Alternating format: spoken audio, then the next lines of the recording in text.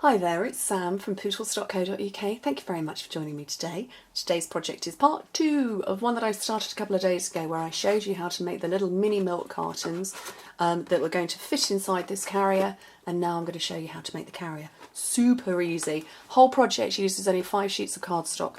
Great bargain. Love it.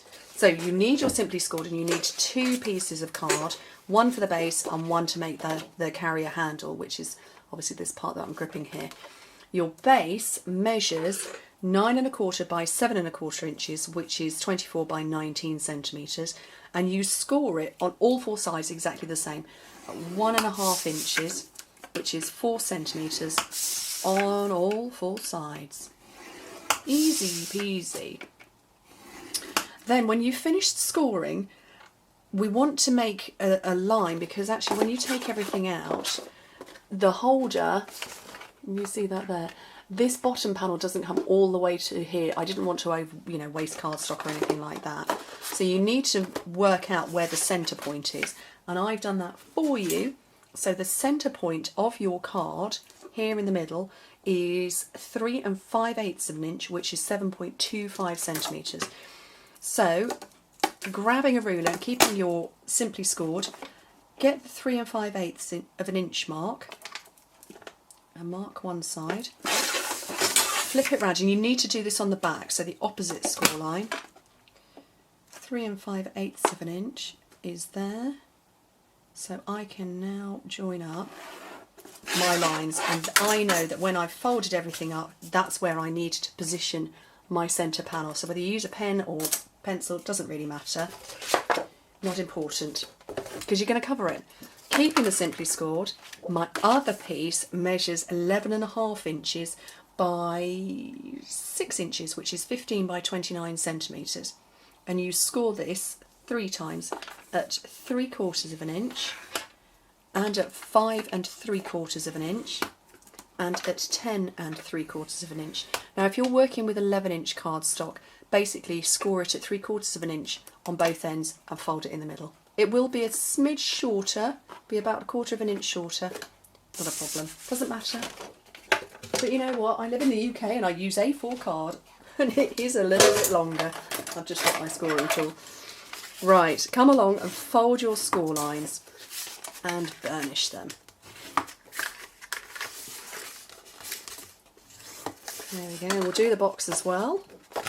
Fold those, burnish them well.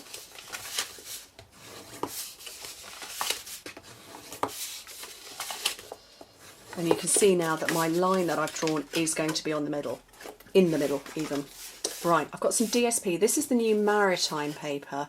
I have to say, not so keen on this sort of pattern, doesn't do it for me, but I love the stars, aren't they beautiful? So my pieces are 6 inches by 1 1/4, which is 15 by 3 1/2 centimetres. So I've got 2 of those, and I've got 2 more that measure 4 inches by 1 1/4, which is 10 1/2 centimetres by 3 1/2. And then I've got another 2, which are 5 1/2 by 4 1/2, which is 14 by 11 1/2 centimetres. And we're going to stick the lot down. So these big panels are going to go on here. So I'm just going to put some snail on all of these parts. And on there. And obviously this centre score line is the top, so you're positioning it closer to the top, just by a tiny bit. There we go. So that is one part, so that is going to be our centre panel. It's going to stick in like that, and then these parts, you can see where they're meant to be. They're meant to go on these 2 here, and that one, and that one. So I'm just going to quickly put some snail all over these ones as well. And I decided when I was building when I built my original prototype for this box, I quite liked that it was very plain. So before I made a sample to show you, I liked the plainness of it. And so that's why I haven't heavily embellished or decorated. But obviously you can, I just build the bone structure of a project. You put the rest around. So you could put on ribbons and buttons, you could theme it, anything you fancy, but I just wanted it plain. For my purposes anyway. So now which bits to cut? So we're going to cut along these parts here. So cut straight down and notch in a little bit on both parts. Same over here, so straight down and again there.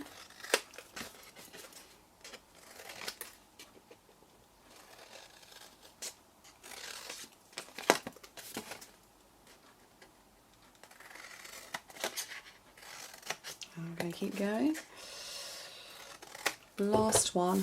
There we go. And now we can start building the box. And it's up to you whether you stick this bit down first or if you want to come along and stick it afterwards. I'm just going to go for it. So I'm just going to use some snail for speedy purposes. And you bring in the sides and build up the box.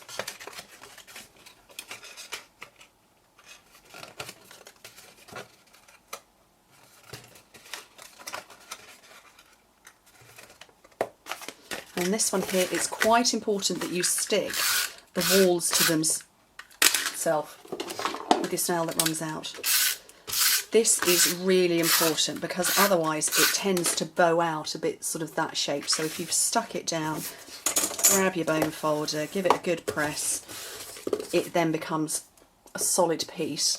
And these bits here, I'm just going to re-burnish those. I would suggest maybe liquid glue and then you can position perfectly, but I can just about see from the angle I'm sat at, I'm not sure if you can, but I can see my score lines are absolutely perfect. So I'm just going to come in with some snail. But liquid glue would allow you a bit of wibblage room. And positioning carefully. I think, oh, I've just completely wobbled that. There we go. There we go, and then I can grab my mini milk cartons, and yes, there will be a bit of floppage at first. It does seem to stiffen itself up once you've got your milk cartons in there. It seems to kind of almost set in position and it doesn't wobble around as much. There we go. So you can see this one's not wobbling or flopping around anymore. That one's just staying upright. I suppose it's because you kind of trained it into position. But anyway, there you go. That is my mini milk carton holder that holds 6 of them. Love it. Perfect for my family because there's 6 of us. You know, if there was only 4 of you, 2 for you. Anyway, thank you very much for joining me and I hope to speak to you soon. Bye.